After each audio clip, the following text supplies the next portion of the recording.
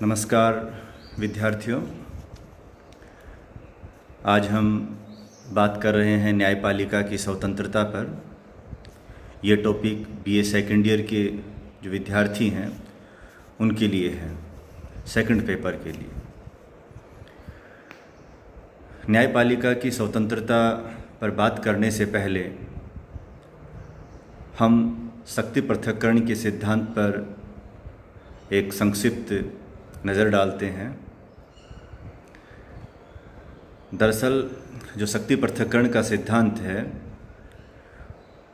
वो ये मानता है कि जो सरकार के तीन अंग हैं, कार्यपालिका, न्यायपालिका और व्यवस्थापिका, इन तीनों अंगों के पास अपना कार्य होना चाहिए।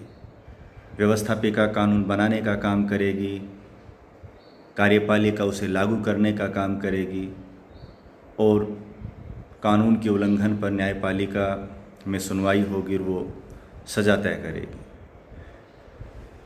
और न्यायपालिका को कानून की व्याख्या का काम भी दिया गया है, क्योंकि उसमें जो विशेषज्ञ लोग होते हैं कानून के, तो वो ज़्यादा बेहतर तरीके से कानूनी पेचीदगियों को समझते हैं और उनका जो लोकप्रिय राजनीति है उससे उनकी एक दूरी होती है। अगर यही काम व्यवस्थापिका को दे दिया होता तो जो जनप्रतिनिधि हैं वो लोकप्रियता के दबाव में आके या जन भावनाओं के दबाव में आके किसी कानून की गलत व्याख्या भी कर जाए। इसीलिए कानून की व्याख्या संबंधी जो भूमिका है वो न्यायपालिका को दी गई है। ये जो चीज़ है ये लोकतांत्रिक समाजों में है। राजशाही में शक्ति पृथक्करण की व्यवस्था नहीं होती थी, उसमें राजा ही कार्यपालिका थी, राजा ही व्यवस्थापिका होता था, राजा ही न्यायाधीश होता था। वह ऐसा नहीं था। शक्ति पृथक्करण इसलिए भी ज़रूरी है कि व्यक्ति की स्वतंत्रता बनी रहे। एक सरकार का एक अंग यदि किसी व्यक्ति के अधिकारों का हनन करता है तो वह दूसरे अंग में जाके सरकार के अपनी बात रख सकता है, अपना पक्ष रख सकता है, वहाँ से अपने अधिकार हासिल कर सकता है। तो ये विकल्प खुला होता है लोकतांत्रिक समाजों में, लेकिन ये गैर लोकतांत्रिक सरकारों में ये विकल्प नहीं होता है। दूसरा जो शक्ति पृथक्करण है उसकी ज़रूरत इसलिए भी है कि जो शासन में कार्यकुशलता बनी रहती है। न्यायपालिका न्याय का ही काम करेगी, व्यवस्थापिका कानून निर्माण का ही काम करेगी, कार्यपालिका उसे लागू करने का काम करेगी। तो इनका अपने फील्ड में इनको एक महारत हासिल हो जाता है, सिद्धस्त हो जाते हैं।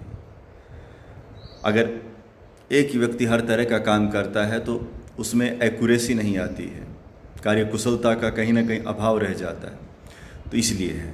अब हम बात करते हैं न्यायपालिका की स्वतंत्रता से क्या अभिप्राय है।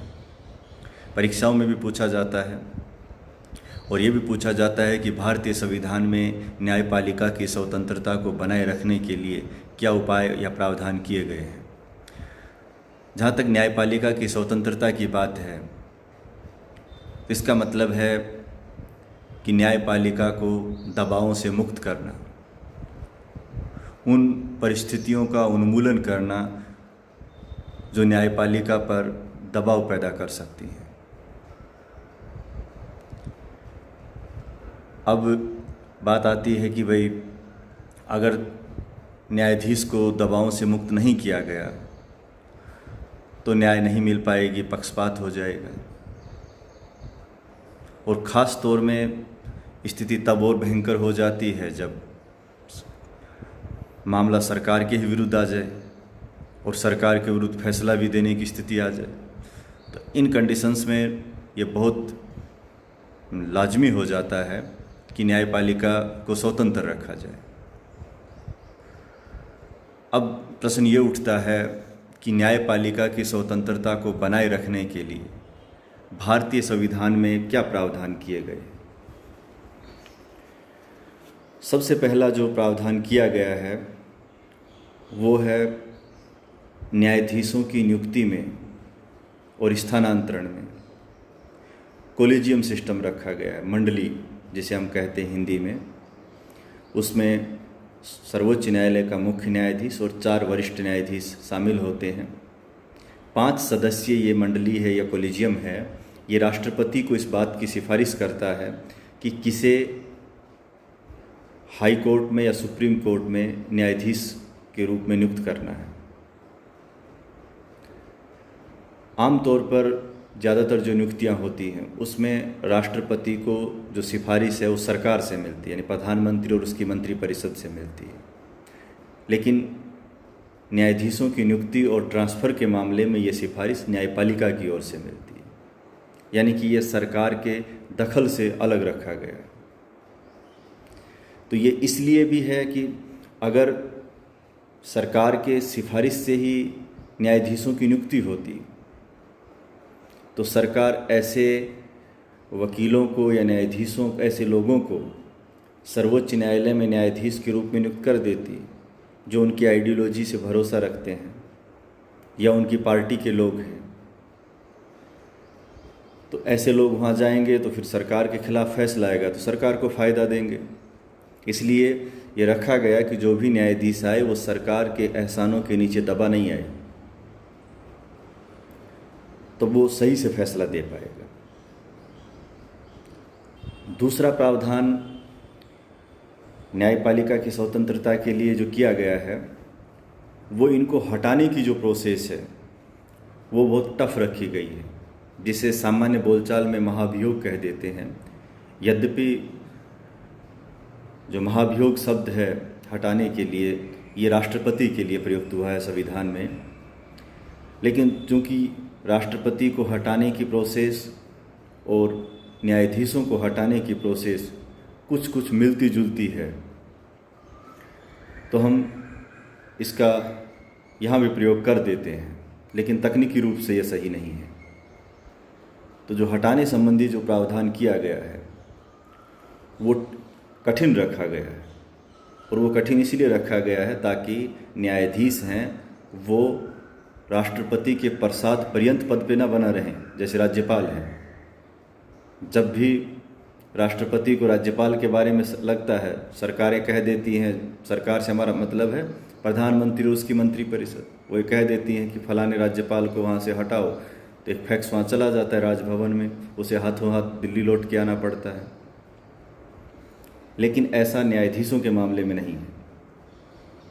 अगर न्यायाधीश वाकई में गंभीर अपराध का दोषी है, जो कदाचार का दोषी है, भ्रष्टाचार का मामला है, तब उसके ऊपर दोनों सदनों में कार्रवाई होती है, वहाँ अपना पक्ष रखने का मौका भी दिया जाता है, और उसके लिए एक हाई मेजॉरिटी चाहिए होती।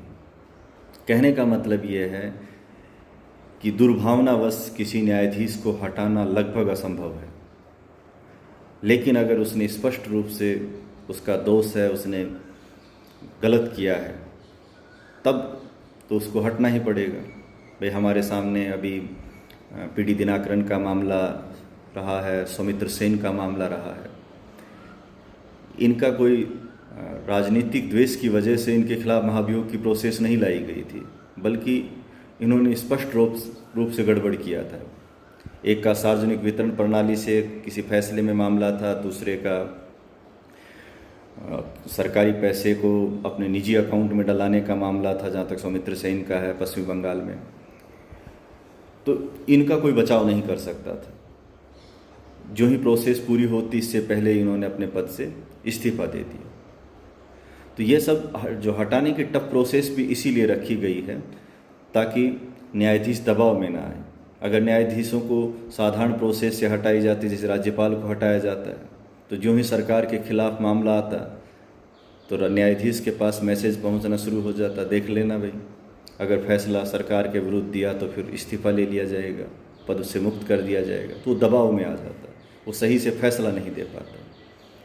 इसलिए एक प्रावधान ये किया गया है कि उसे हटाने की एक विशेष प्रक्रिया अपनाई जाए, और जिसमें व्यवस्थापिका का रोल हो, अकेली कार्यपालिका के दम पे उसे ना हटाया जा सके। एक बात है वो ये हो जाती है। दूसरा, न्यायाधीश और न्यायपालिका की स्वतंत्रता के लिए संविधान के अनुच्छेद 121 और 22 में भी ये प्रावधान किया गया है कि न्यायपालिका और जो व्यवस्थापिका है उसको अलग अलग रखा गया, स्वतंत्र रखा गया है। और उसी में ही ये प्रावधान है कि संसद में किसी न्यायालय के किसी फैसले पर टीका टिप्पणी नहीं की जा सकती। अगर ऐसा करते हैं तो ये संविधान के विरुद्ध होगा। उसी तरह न्यायपालिका की स्वतंत्रता के लिए एक और प्रावधान किया गया है, वो कि न्यायाधीशों का जो वेतन है उसे संचित निधि पर भारित रखा गया है। अर्थात जो भी वे संचित निधि पर भारित होते हैं उसमें संसद को कटौती करने का अधिकार नहीं होता है।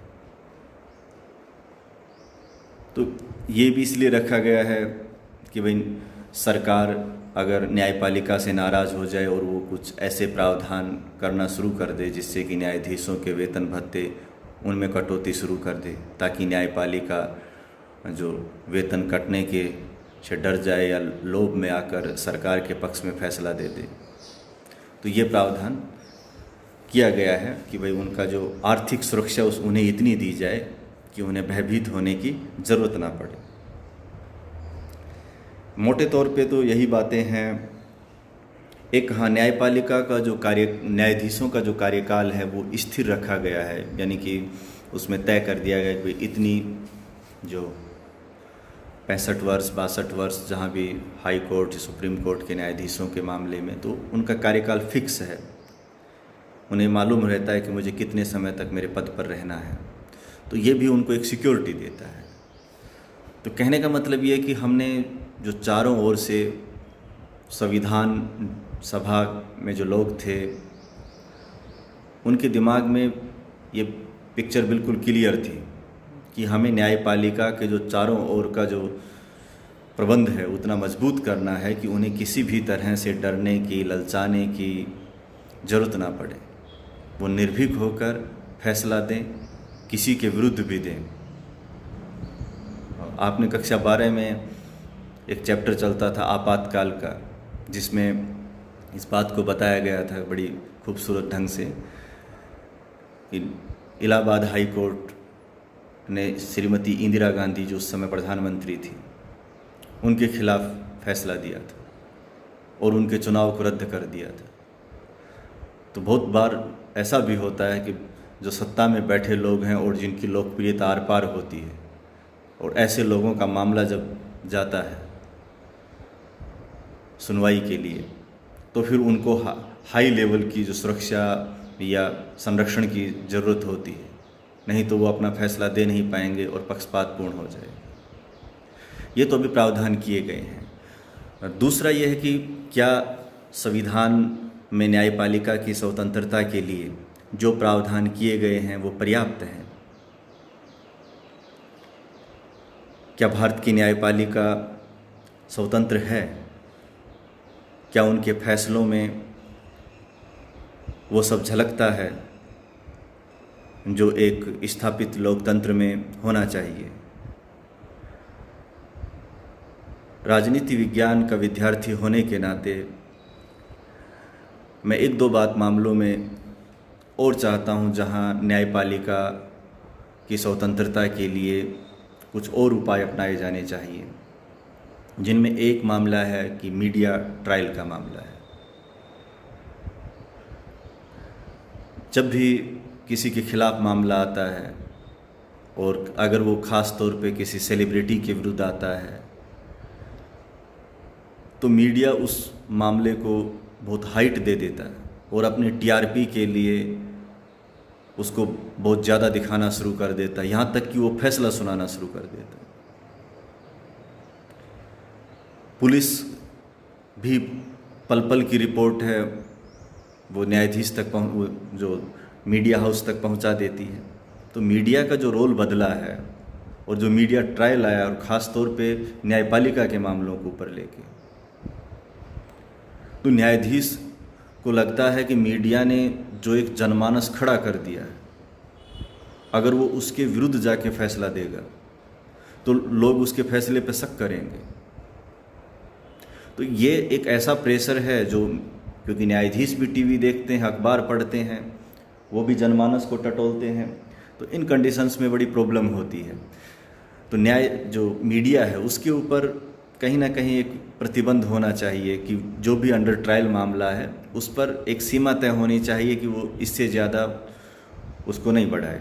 फांसी की सज़ा इनके मामले में आप देखते हैं कि वो तो सुबह से ही दिखाना, बार बार स्क्रीन पे रस्सी दिखेगी, रस्सी पे बरेली से मंगाई गई है। जो फांसी देने वाला है वो बोले वहाँ से आया है, वो आज सुबह ही 5 बजे पहुँचा है, नहीं उसने अभी नाश्ता किया है। तो ये सब टीआरपी के लिए होते हैं। वो अपने व्यवसाय के लिए बहुत से जो मामले हैं जो उसके दायरे में नहीं होने चाहिए और उनमें वो घुस जाता है। तो न्यायपालिका भी प्रभावित होती है और सरकार के दूसरे अंगों पर तो उसका इफेक्ट पड़ता ही है। लेकिन चूँकि हम बात न्यायपालिका की स्वतंत्रता के लिए कर रहे हैं तो यहाँ ये बहुत महत्वपूर्ण है कि न्यायपालिका की भूमिका भी तय होनी चाहिए। दूसरा एक मामला आता है कि जैसे अभी ये बात तब गरमाई है, अभी जो न्यायाधीश रंजन गोगोई साहब हैं जो चीफ जज से अभी रिटायर हुए थे और उन्हें अभी राज्यसभा में भारतीय जनता पार्टी ने अपनी सीट पर भेजा, न अभी मनोनयन हुआ है, भारतीय जनता पार्टी ने नहीं भेजा है, उनका मनोनयन हुआ राष्ट्रपति के द्वारा। तो फिर वही बात आ जाती है कि भाई इनका मनोनयन कितना सही है गलत है हम उस पर नहीं जाना चाहते और हमारा मुख्य न्यायाधीश पर कोई ये टिप्पणी भी नहीं है। उन सरकार ने फैसला लिया है राष्ट्रपति जी ने और वो राज्यसभा में जाने के लिए तैयार हैं। इससे पहले भी मामला आया है रंगनाथ मिश्र जी का जो चीफ जज रहे हैं। लेकिन अगर रिटायरमेंट के बाद सरकार के द्वारा किसी भी न्यायाधीश को कोई पद दिया जाता है तो ऐसा संभव भी है कि कोई भी राष्ट्र जो न्यायाधीश है वो कहीं ना कहीं दबाव में आ जाए या लालच में आ जाए। वो अपने रिटायरमेंट के करीब आए तो वो सरकार से साठगांठ करना शुरू कर दे कि सरकार के विरुद्ध जो मामले आएंगे वो उसमें उनकी गलत व्याख्या कर जाए या उनको हल्के में ले जाए। और दूसरी ओर सरकार जब उसके रिटायरमेंट हो तो उसके बाद उसे कोई पद ऑफर कर दे। तो यहाँ रिटायरमेंट के बाद एक अवधि होनी चाहिए या फिर कुछ खास पदों पर तो नियुक्ति पर सीधी रोक लग जानी चाहिए कि इन पदों पर रोक नहीं, इन पदों पर नियुक्ति नहीं होगी। हाँ, कोई जैसे न्यायिक जांच वगैरह होती है, कोई दंगा होता है, कोई ऐसी आपराधिक घटना घटती है जिसमें न्यायिक जांच की ज़रूरत होती है तो न्यायपालिका उनको ज़रूर बना सकती है। जैसे अभी गोधरा दंगों में नानावती आयोग बना है, उससे पहले भी बहुत से आयोग बने हैं अलग अलग जो आपराधिक मामलों की जांच के लिए, और वहाँ न्यायाधीशों को उनका अध्यक्ष बनाया गया है। तो इस तरह के मामलों को अपन मान सकते हैं कि ये ठीक है, विशेषज्ञ के पद हैं और उन पर उनकी ज़रूरत होती है। मानवाधिकार आयोग के अध्यक्ष के तौर पर भी हम उस बात को स्वीकार कर सकते हैं। लेकिन कहीं किसी को गवर्नर बना दिया जाता है, कहीं किसी को राज्यसभा में भेज दिया जाता है, कल को और भी ऐसे मामले सामने आ सकते हैं। तो हमें लगता है कि न्यायपालिका की स्वतंत्रता के लिए ये सब ठीक नहीं है। इस तरह और भी हमें कोशिश करनी है। जो नई समय के साथ जो चुनौतियां उभर कर आई हैं उनका समाधान हमें प्रावधान बना के, कानून बना के करना पड़ेगा। क्योंकि जब संविधान सभा द्वारा संविधान बनाया जा रहा था उस समय ये सोचा भी नहीं गया होगा कि आने वाले समय में मीडिया का एक ऐसा भी रूप आएगा जो 24 घंटे लोगों तक पहुंचेगा और अपनी टीआरपी की दौड़ में और बाजारवाद की दौड़ में वो इतना व्यस्त हो जाएगा कि वो जो लोकतांत्रिक मूल्य हैं उनको ही साइड में लगा देगा। तो आज ये चुनौतियां आज उभरी हैं तो समाधान भी इनका आज ही हमें करना है। इसी तरह हो सकता है कि उस समय ये उम्मीद ना की गई होगी संविधान सभा ने कि एक ऐसा भी वक्त आ सकता है कि इस देश का सर्वोच्च न्यायालय का मुख्य न्यायाधीश रहा व्यक्ति, जो किसी सरकार के किसी एक अंग का हाईएस्ट पोस्ट पे जाने वाला व्यक्ति, राज्यसभा के लिए भी राजी हो जाएगा या वो किसी राज्य के गवर्नर के लिए भी कोशिश करेगा।